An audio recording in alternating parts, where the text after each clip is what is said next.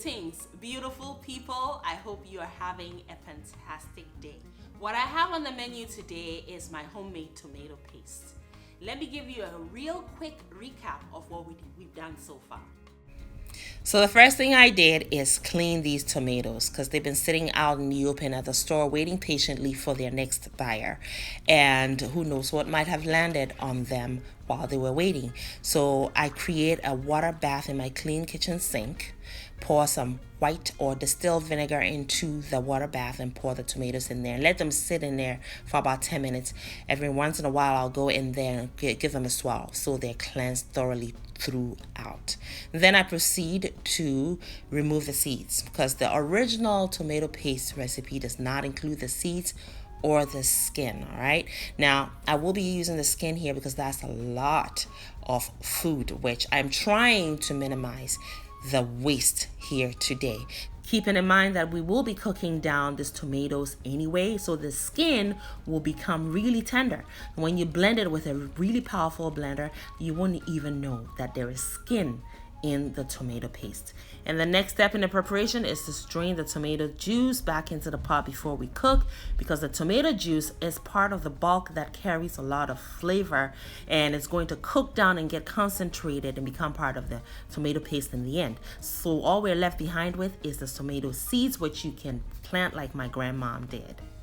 So now the pot of tomato flesh, skin, and juice goes onto the stove on medium heat to begin with the lid on until it comes to a boil, and then we will remove the lid at some point. All right, so the next thing I will be including in this recipe is a boost of nutrition, antioxidants, minerals, vitamins. Yes, this is a superfood known as beets.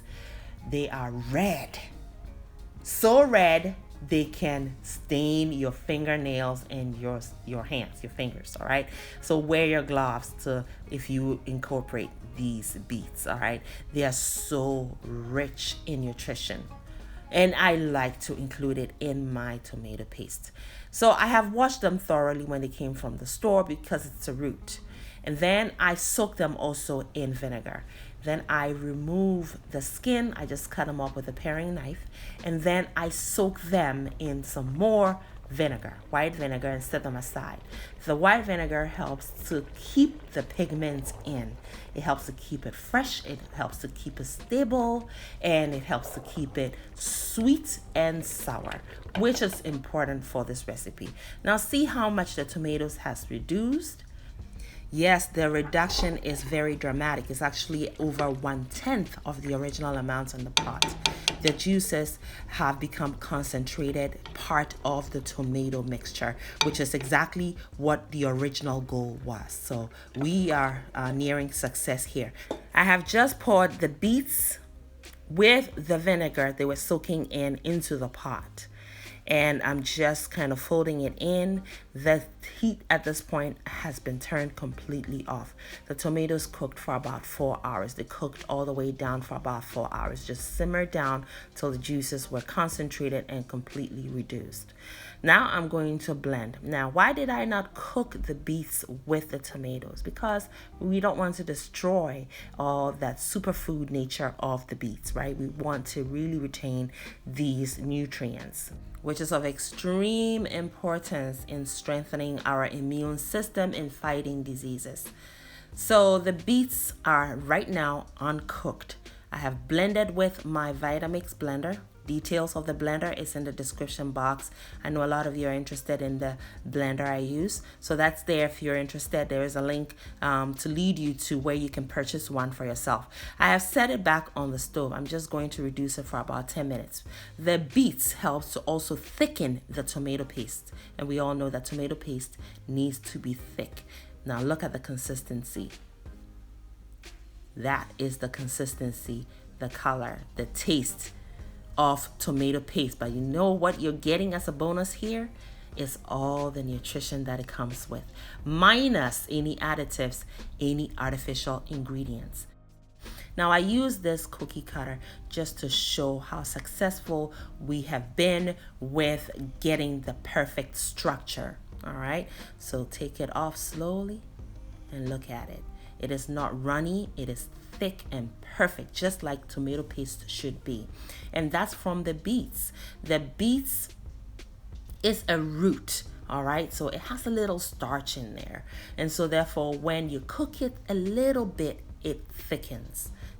Now, where I'm from in Ghana, West Africa, our stews and soups are typically tomato based. So we use a ton of tomato paste in cooking our stews and soups. And we typically overcook the tomato paste just so we can eliminate that artificial canned flavor out of it. Now, in this case, you don't have to, because it tastes so good, you actually want to keep those flavors in. They're very natural tasting and actually really sweet, very delicious, really. So it takes less time to cook with this homemade, nutrition-packed, antioxidant-packed tomato paste. I don't need to say much more, do I? Now look at that ripple effect that we were able to create, showing you the structure is so on point. I hope that you're able to try this recipe. You will never ever buy store-bought tomato paste ever again. I promise you, you would love this. Now, friends and family, you know I'm going to ask you to give me a thumbs up if you have enjoyed yourself today here in Annaba's Kitchen with me. You know it's all about having fun right here. All right, now this is how I store it. In little plastic containers, and I freeze them. I have some of them big enough to make a stew with and some of them small enough to make a soup with, and I just freeze them, and when I need it I just go and fetch what I need, and there it is, your homemade, nutrition packed, antioxidant packed, delicious tomato paste. Can't go wrong with this recipe right here, friends and family. Thank you so much for joining me here today and spending your precious time with me here in Annaba's Kitchen. Make sure you give me a thumbs up. Also, make sure you subscribe and turn that notification on by clicking on the bell so you don't miss the next video. And kindly share this video, this recipe with your friends, your loved ones, your family. I know without a doubt that they will also be thrilled to learn how to make their own homemade nutrition and flavor-packed tomato paste. Thanks once again for sharing your time, your precious time with me today here in Annaba's Kitchen. Make it a great day, friends and family, and as always, have fun, especially in that kitchen.